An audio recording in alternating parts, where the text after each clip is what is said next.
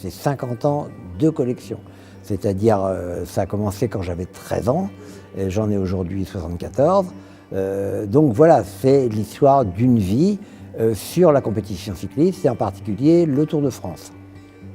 Oh, la première pièce, c'est simplement un magazine de l'époque, justement quand j'avais 13 ans, avec des photos de Bobet en particulier, qui a gagné 3 Tours de France.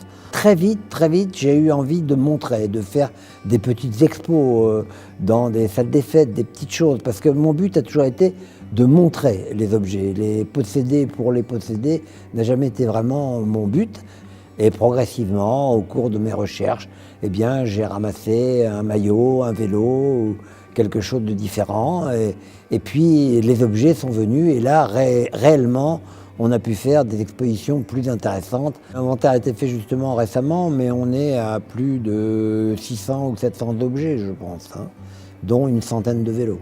On va déjà sortir du lot un très beau vélo qui a appartenu à un coureur qui a participé à Paris-Brest-Paris, le premier Paris-Brest-Paris en 1891. Très belle pièce, nous savons à qui il a appartenu.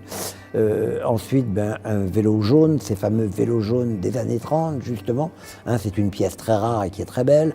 Un vélo qui a appartenu à Jean Robic, premier vainqueur en 1947. Voilà, après ça, le dernier vélo de Laurent Fignon, c'est vraiment très mythique, le dernier vélo de Laurent Fignon.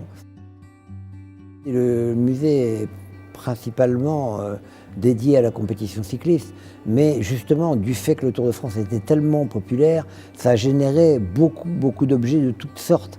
Et en fait, c'est notre chose d'avoir ici regroupé des objets tels que des jouets, des jeux, des faïences, des disques, jusqu'à un foulard Hermès, enfin des tas d'objets de toutes les époques sur le thème du vélo.